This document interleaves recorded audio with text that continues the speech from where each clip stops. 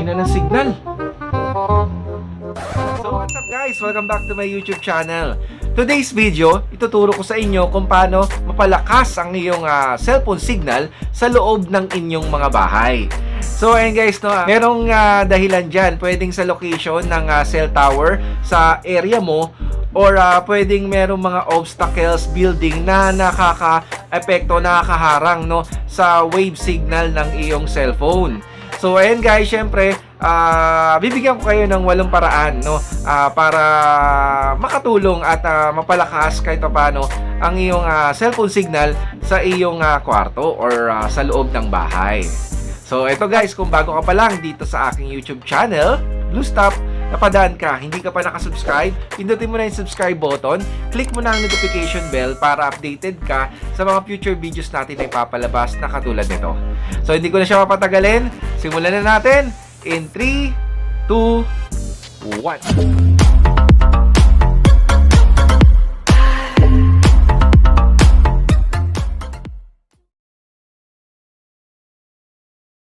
Number 1, try a different room. So, try mo sa ibang kwarto at piliin mo yung kwarto na may access yung wave signal na open area. For example, yung may bintana na kwarto. Ayan. Kung ang kwarto mo ay walang bintana, walang open spaces, kumbaga kulob siya, no, sigurado mahina ang signal mo. Ayan, siguro subukan mong umanap ng ibang kwarto at yung pipiliin mong kwarto yung merong bintana. Ayan, dahil yung window open area na yan, makakatulong yan sa pagpasok or paglabas ng wave signal na nanggagaling sa cell tower papunta sa iyong cellphone at cellphone papunta sa cell tower. Ayan, at makakatulong ang bintana or open area sa kwarto mo para mapalakas ang iyong cellphone signal. Number 2, change your surroundings. So, ayan, change your surroundings. For example, kung meron nakaharang na mga furniture or appliances sa bintana, sa mga open air sa kwarto mo or sa bahay nyo, na pwedeng harangan yung wave signal ng iyong mga cellphone or antena, yung mga pwedeng humarang sa bintana, sa pintuan na mga furniture na malalaki. Ayan, at napapahina yung wave signal ng iyong cellphone. Yan, siguro try mong i-move, ilipat mo sa ibang pwesto at para ma-open yung area, daanan ng iyong cellphone signal. Number 3, remove your phone case. Ayan, merong mga phone case na nakakaapekto sa antena ng ating mga cellphone. Ayan, try mong tanggalin muna para makita natin kung nakakaapekto ba ang iyong phone case sa signal ng iyong cellphone. Ayan, pwede mo siyang tanggalin for the meantime at i-check mo kung gumana or mapalakas ang iyong cellphone signal pag tinanggal mo yung mga phone case nyo. Kasi merong mga phone case na talagang sobrang kapal at nabablock yung antena, no, yung wave signal nang gagaling sa cellphone papunta sa signal ng cell tower natin. Kaya kumbaga, itong tips ko sa inyo, pwede nyo tanggalin at kung talagang mahina ang signal nyo, try mong ilapag lang sa table itong cellphone mo. At yan, makakatulong yan dahil yung paghawak natin, no, by holding cellphone sa ating mga kamay ay nakaka-block din yan sa signal sa antena ng ating mga phone. Kaya kung mahina na ang signal sa kwarto mo, try mo, ilapag mo lang yan sa lamesa.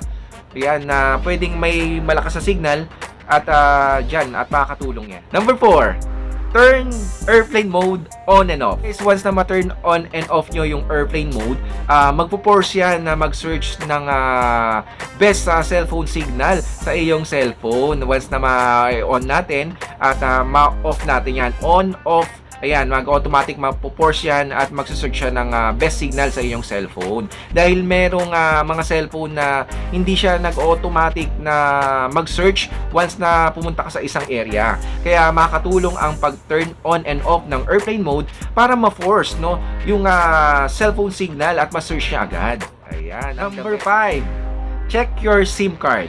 So, ayan guys, i-check nyo yung SIM card nyo, baka madumi yan guys. At ilinisin nyo, kasi baka stock up na yan at matagal nyo nang hindi natatanggal. Pwede niya magkaroon ng dust or kalawangin at pwede makaapekto sa signal ng iyong SIM card dahil luma na. Or pwede nyong i-upgrade. Baka hindi na siya updated. Yung SIM card nyo, nasa GSM pa, nasa 3G pa. Meron ngayon, pwede mong upgrade sa 4G, LTE, or 5G na ready SIM. Yan. So, updated na tayo ngayon. Nasa 5G na tayo.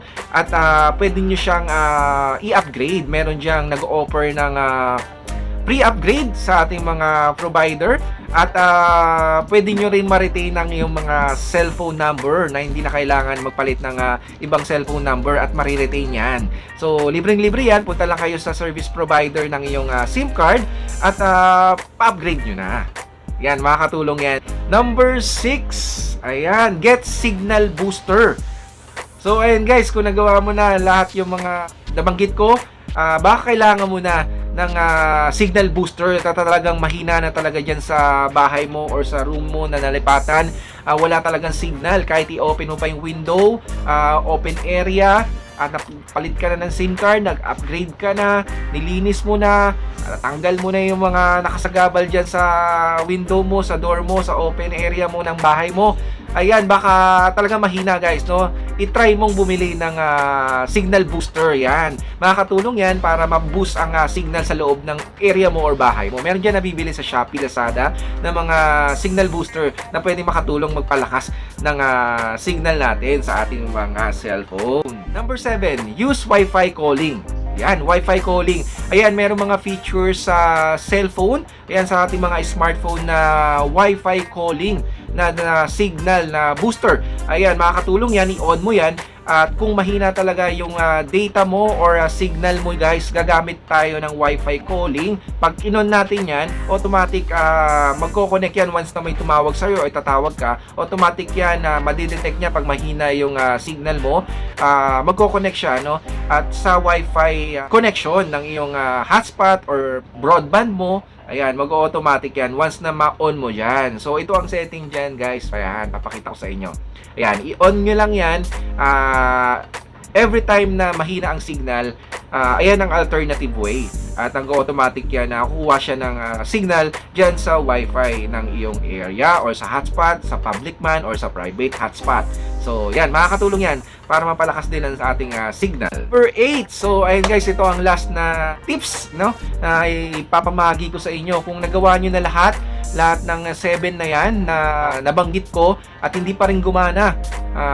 Ito siguro baka kailangan mo na magpalit ng network carriers or yung provider.